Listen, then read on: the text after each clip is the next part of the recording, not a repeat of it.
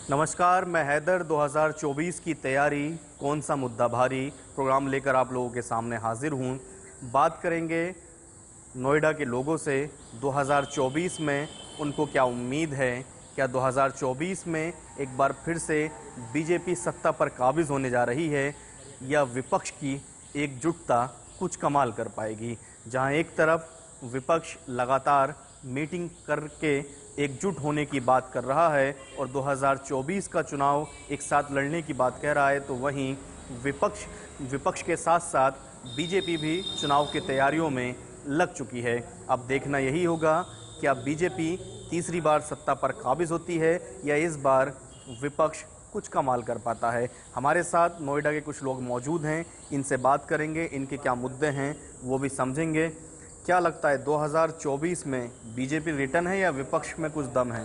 नहीं, उत्तर प्रदेश में योगी सरकार बहुत अच्छा काम कर रही है, किसानों के हित में काम कर रही है। किसानों के मुद्दे योगी जी के पास जा रहे हैं तो वो निर्देश दे रहे हैं प्राधिकरण को भी, सबको, और हमें उम्मीद है कि 2024 में योगी सरकार रिटर्न होगी। तो क्या लगता है यूपी में 80 विधानसभा सीट हैं लोकसभा लोकसभा अखिलेश ने कहा है कि इस बार 80 की 80 सीट वो जीतने वाले हैं। वहीं योगी जी ने कहा है कि वो एक भी नहीं जीत पाएंगे। तो आपको क्या उम्मीद है? क्या उत्तर प्रदेश से कहा जाता है कि रास्ता दिल्ली का गुजरता है, तो उत्तर प्रदेश की जो 80 सीटें हैं फिर से बीजेपी की झोली में जाने वाली हैं? ये उत्तर प्रदेश में योगी जी की झोली में सारी की सारी सीटें जाएंगी। विपक्ष यहाँ पे बिल्कुल कहीं खड़ा नहीं होता बीजेपी के सामने। मोदी जी के कामकाज को आप कैसे देखते हैं? 9 साल का कार्यकाल पूरा हो चुका है, क्या लगता है कि देश एक सही राह पर है? मोदी जी केंद्र में बहुत अच्छा सरकार चला रहे हैं और बहुत अच्छी उनकी नीति है, और उनके प्रयास से जो देश विदेश में हमारे देश का नाम रोशन हो रहा है। कुछ और भी लोग हमारे साथ मौजूद हैं। बाबा, 9 साल हो गए केंद्र में बीजेपी की सरकार को, तो 9 साल के कामकाज को आप कैसे देखते हैं? और बीजेपी के पास जो एक चेहरा है नरेंद्र मोदी पीएम, क्या उनकी टक्कर पर विपक्ष में कोई चेहरा हो पाएगा? हमको तो नहीं लगता सर जी, ये डेड श्योर है, डेड श्योर कि मोदी के चेहरे के आगे कोई चेहरा टिक नहीं सकता है। और जहाँ तक उत्तर प्रदेश की बात है, आदित्यनाथ जोगी जो हैं, आदित्यनाथ जोगी, इनकी तो टक्कर देने वाला कोई पैदा नहीं हुआ है। बस इतने है कि जितने क्वालिफाइड लोग हैं वे सारे उनके वोट आदित्यनाथ जोगी को जाएंगे। कुछ लोग अशिक्षित हैं, जो पढ़े लिखे कम हैं, वही माने बरगलाने पर अखिलेश या तमाम जो जितनी पार्टियां तमाम इधर उधर जा सकता है, लेकिन किसी में 4, 5, 10, 5 ऐसे जाएगा शिक्षितों का। और जितने क्वालिफाइड लोग हैं उनका वोट तो डेड श्योर है कि आदित्यनाथ जोगी ही को ही मिलेगा, और इनको हराने वाला कोई है भी नहीं। अच्छा बाबा, क्या लगता है जो विपक्ष है, जो तमाम पार्टियां हैं विपक्ष की, अभी पटना में भी मीटिंग हुई, इससे पहले दिल्ली में मीटिंग हुई, वो एकजुटता दिखा रहे हैं कि हम एक साथ होकर 24 का चुनाव लड़ेंगे और तभी बीजेपी को हरा पाएंगे। तो आपको उम्मीद लगती है कि विपक्ष कुछ कमाल करेगा ऐसा? हमको तो नहीं लगता। अभी हम भी अब अखबार पढ़ रहे थे, आज के अखबार में पढ़ा कि इनमें खुद फूट, अभी केजरीवाल उसमें बिगड़ डाल रहे हैं। हम ये इन लोगों में तो यही है, कांग्रेस कहता है हमारा दूल्हा बनेगा, जितनी अदर पार्टियां हैं वो कहती है हमारा दूल्हा बनेगा, हम प्रधानमंत्री बनेंगे। इनमें तो अभी यही नहीं तय हो पाया है, तो इसलिए इनमें खींचातानी है, एकजुटता बिल्कुल नहीं है। 100 पैसे में 1 पैसे भी नहीं चलिए। आपका कहना है कि मोदी के सामने विपक्ष का चेहरा ही नहीं है? ये नहीं महाराज, क्योंकि इंडिया में नहीं पूरे वर्ल्ड में मोदी के सामने कोई चेहरा नहीं है। मोदी के आगे कोई भी चेहरा नहीं है, और ना कोई इतना लोकप्रिय बा पूरे विश्व के अंदर। चलिए, हमारे साथ कुछ युवा भी मौजूद हैं, युवाओं से बात करना भी ज़रूरी है। आपका क्या नाम है? विजय कुमार। रोज़गार के लिहाज से अगर बात की जाए तो रोज़गार, क्या बीते 9 सालों में रोज़गार देने में सरकार सफल रही है? सफल रही है हद तक। सरकार ने बहुत अच्छे भी कार्य किए हैं और अभी भी कर रही है। और अगर हम बात करते हैं मोदी जी की, तो उनकी विदेश नीति बहुत अच्छी है। देश की नीति तो अच्छी ही है, परंतु विदेश की नीति उससे भी कहीं अधिक अच्छी है, इसलिए चांस उन्हीं का ज़्यादा लग रहा है। अच्छा, आपको लगता है कि चूँकि इतनी ज़्यादा यात्राएं विदेश में पीएम ने की हैं, जी जी, तो उन यात्राओं का जो फ़ायदा है वो भारत को मिला है? अवश्य मिला है। कुछ अगर जाते हैं विदेश में तो कुछ अच्छा देखते हैं और वहाँ से कुछ अच्छी चीज़ें भी लाते हैं जो हमारे देश में नहीं है, या उसकी अधिकता कम है। हमारे देश में कुछ चीज़ कम पैदावार हो रही है, वहाँ अधिक हो रही है। उसका लाना और अपने देश में विकास करना, बहुत ही अच्छा है। तो फिर 2024 में क्या उम्मीद है? क्या बीजेपी की वापसी है या फिर कांग्रेस या दूसरी जो पार्टियां चुनाव लड़ने की तैयारी कर रही हैं कुछ जीत पाएंगी? मुझे नहीं लगता कि और कोई पार्टी बीजेपी के आगे टिक पाए। मतलब बीजेपी जीत रही है? बीजेपी निकल रही है और तो पीएम के रूप में किसको देखना चाहेंगे फिर आप? पीएम रूप में तो अभी देखिए मोदी जी ही है, अभी कुछ आगे कहा नहीं जा सकता। आपका क्या नाम है? हेलो जी, नमस्कार। मैं सर्वेश तिवारी। सर्वेश जी, 2024 की तैयारियों में सभी पार्टियां हैं जी। पहले तो 9 साल जो बीजेपी के गुजरे हैं वो कैसे रहे हैं? क्या वो जनता के हित में रहे हैं? और इन 9 साल के आधार पर क्या आने वाला जो वक्त है 2024 का चुनाव फिर से बीजेपी के पास जाएगा? जी जी, ज़रूर जाएगा। हमारे सबसे अच्छे नेता रहे मोदी जी, उसके बाद हमारे माननीय श्री योगी जी रहे। योगी जी जैसा नेता मिलना मुश्किल है। मोदी जी तो अच्छे हैं ही, लेकिन हमारे पार्टी के होनहार सबसे अच्छे मुख्यमंत्री योगी आदित्यनाथ जी हैं। ऐसा आज तक कोई यूपी में मुख्यमंत्री हुआ ही नहीं है, जिन्होंने धर्म के विषय में बहुत अच्छा काम किया। ये मैंने देखा कितनी मंदिरें बनवाए। आज हमारे अयोध्या मुद्दे को देखिए, कितनी बढ़िया मंदिर बन रही है। हमारे देश की जितनी मंदिरें हैं, ये हमारे काशी विश्वनाथ, वहाँ जाते हैं हमारे मोदी जी, वहाँ के लिए अच्छा पैकेज दिए, अच्छी खासी मरम्मत करवाए। आज मैं गया था बनारस गया था, देखा बहुत अच्छी मंदिर बनी हुई है। अब हमारे अयोध्या की मंदिर बन रही है और यहाँ हमारे 18 में ये भी हमारी मंदिर है। इसमें भी हमारे माननीय योगी जी से गुजारिश है कि 18 की जो मंदिर है इसमें भी थोड़ा फोकस देंगे, इसको भी आके थोड़ा सा एक बार यहाँ पे जायजा लें। अभी मैंने सुना कि कल यहाँ आए थे, हम लोग जाना चाहे लेकिन थोड़ा मौसम खराब होने की वजह से वहाँ पहुँच नहीं पाए। लेकिन माननीय योगी जी इतना अच्छा धर्म के विषय में काम कर रहे हैं। धर्म, जब हमारा धर्म ही नहीं रहेगा तो क्या रहेगा? हमारे हिंदू राष्ट्र को धर्म की जरूरत है। जब तक धर्म नहीं रहेगा तब तक देश नहीं बचेगा। आपको लगता है कि हिंदू राष्ट्र बन पाएगा? जी बिल्कुल, हिंदू राष्ट्र बनेगा।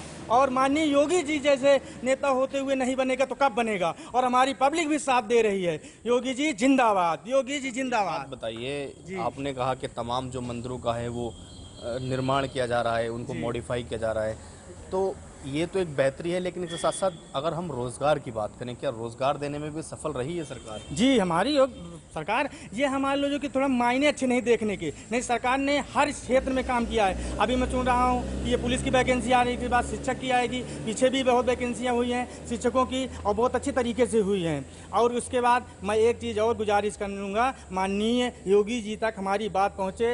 ये 18 की जो मंदिर है इसको थोड़ा सा ध्यान दे योगी जी, कृपया कर उन तक। मंदिर में यहाँ क्यों बुलडोजर चलाया गया?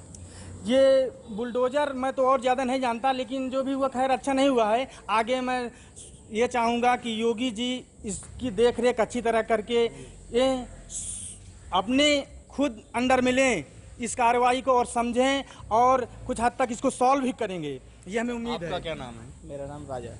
राजन, आप चूंकि एक युवा हैं और यहाँ रोज़गार की बात करना बहुत ज़रूरी है। सरकार ने तमाम तो काम किए, लोगों को कहना मंदिर बनवाए, तमाम रोड का निर्माण हुआ, लेकिन युवाओं को क्या रोज़गार मिल पा रहा है जितना उनको मिलना चाहिए? देखो जी, इतना तो खैर मैं आज तक किसी माइक के सामने नहीं बोला, लेकिन मैं आज पहली दफ़ा माइक के सामने बोल रहा हूँ। तो सरकार तो बहुत अच्छी है। अब किसी भी चीज़ के लिए धीरे धीरे ये बढ़ा जाता है। योगी जी काम बहुत अच्छे कर रहे हैं और रोज़गार भी दे रहे हैं और आगे और ज़्यादा देंगे। आप क्या काम करते हैं? मेरा वेज बिरयानी का काम है। काम चल रहा है आपका ठीक ठाक? हाँ, काम मेरा सही चल रहा है। तो नौकरियां भी मिल रही हैं लोगों को? नौकरियाँ भी मिल रही हैं। बहरहाल ये है कि जो है ना, थोड़ा सा हमारा 2024 में किसको जीतना चाहिए? आप क्या चाहते हैं? किस 2024 में तो मोदी जी आ रहे हैं। मोदी जी आ रहे हैं? जी, मोदी जी आ रहे हैं 2024 में। दूसरी जो पार्टियां हैं, कांग्रेस, सपा, बसपा, कोई विपक्ष में कोई नेता नहीं है, ऐसा काम करने वाला कोई नेता है ही नहीं। राहुल गांधी तो हैं, बड़े नेता के रूप में उभरे हैं। नहीं, वो भी कोई खास नेता नहीं है। और आप क्या चाहते हैं कि बीजेपी की सरकार आए? बीजेपी की सरकार तो आनी है ही है। पीएम कौन बनना चाहिए?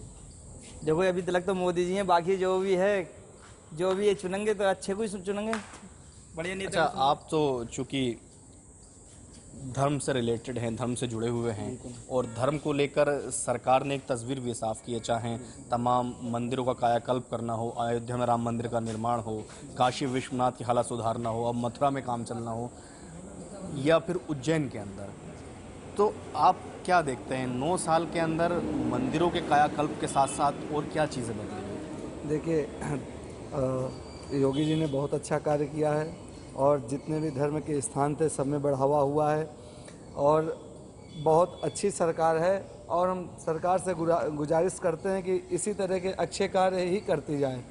लेकिन एक बात यह है कि हर मंदिरों में जो अच्छा कार्य हुआ तो हुआ, लेकिन सेक्टर 18 शिव शनि मंदिर की जो ज़मीन प्राधिकरण की कार्रवाई की वजह से ये गड़बड़ हो रही है, इसको योगी जी को ज़रूर ध्यान देना चाहिए और मंदिर की ज़मीन को बिल्कुल जो है बरकरार रखना चाहिए। और जो भी इसमें मंदिर का उपज हो रहा है या भक्तों का इसमें से चल रहा है, तो इस सब चीज़ों को ध्यान रखते हुए योगी जी को सेक्टर 18 शिव शनि मंदिर की ज़मीन का पूरा ध्यान देना चाहिए और बिल्कुल अच्छी कार्रवाई करके इस मंदिर का उद्धार करना चाहिए और इस मंदिर की ओर भी ध्यान देना चाहिए। क्योंकि जब ये सरकार धर्म स्थलों का बढ़ावा दे रही है तो इस धर्म स्थल का क्यों ना बढ़ावा होना चाहिए, बिल्कुल होना चाहिए। अच्छा, तो फिर योगी जी भी हमेशा से पैरोकार रहे हैं इस चीज़ के, तो अगर उत्तर प्रदेश में योगी सरकार है उसके बावजूद आपने कहा कि सेक्टर 18 के मंदिर में बुलडोज़र चला, तो क्या इसको उचित मानते हैं? नहीं, ये तो बिल्कुल अनुचित हुआ है। बीजेपी की सरकार में हमने ये कहीं सुना ही नहीं कि बुलडोज़र चला, लेकिन जब अब चला है तो बिल्कुल अनुचित हुआ है। और सरकार में कोई कमी नहीं, सरकार बहुत अच्छी है, लेकिन ये जो बुलडोज़र यहाँ सेक्टर 18 में शिव मंदिर में प्राधिकरण वालों ने चलाया है, अब ये तो हमें मालूम नहीं कि ये माननीय मुख्यमंत्री जी के जानकारी में है या नहीं है। अगर है तो बहुत गलत बात है, ये होना ही नहीं चाहिए। और अगर नहीं है तो ये प्राधिकरण वालों की जो है मनमानी है, इसको होना भी नहीं चाहिए ऐसा। अब अगर बात करें 9 साल विकास के बीजेपी का कहना है, वहीं विपक्ष का कहना है कि 9 साल में कुछ नहीं बदला है, तो आप कैसे देखते हैं एज अ कॉमन मैन, कितना बदलता भारत आपने देखा है? हमने बहुत देखा है और आगे हमें यही प्रयास है कि हम देखते जाएंगे। अब सब छोड़िए, हमारे नोएडा में ही देख लीजिए, अभी कल आए कितने की 1713 करोड़ की जो है यहाँ कई जो है चीज़ों की उन्होंने शिलान्यास किया। और हमारे एक परथला में ओवरब्रिज बना, उसका भी उन्होंने शिलान्यास किया।